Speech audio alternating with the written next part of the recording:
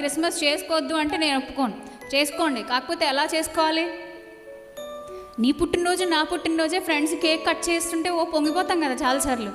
పుట్టినరోజులకి మనకి విషెస్ తెలియజేస్తుంటే చాలా హృదయపూర్వక వందనాలండి, నన్ను గుర్తుపెట్టుకుని మీరు నాకు విషెస్ తెలియజేశారని మనం గొప్పగా చెప్తాం కదా.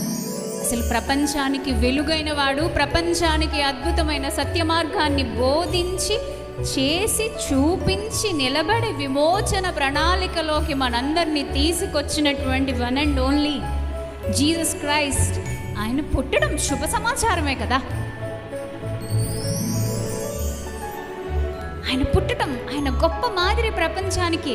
ఎప్పుడు చెప్తూ ఉంటాను, యవ్వనస్తులకి మళ్ళీ చెప్తున్నా, ఈ మొక్క చెప్పేసి నేను ముందుకెళ్ళిపోతా.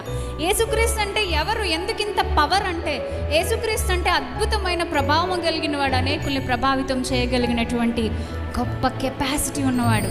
ఆయన స్టఫ్ అంత ఉంది. క్రిస్మస్ చేసుకునేటప్పుడు ప్రతిరోజు రోజుకొక లక్షణం చొప్పున యేసుక్రీస్తు గురించి నేర్చుకున్నా, డిసెంబర్ 1 నుంచి డిసెంబర్ 31 వరకు రోజుకి 31 చొప్పున 31 లక్షణాలు నేర్చుకున్నా ఇంకా మిగిలిపోయి ఉంటుంది.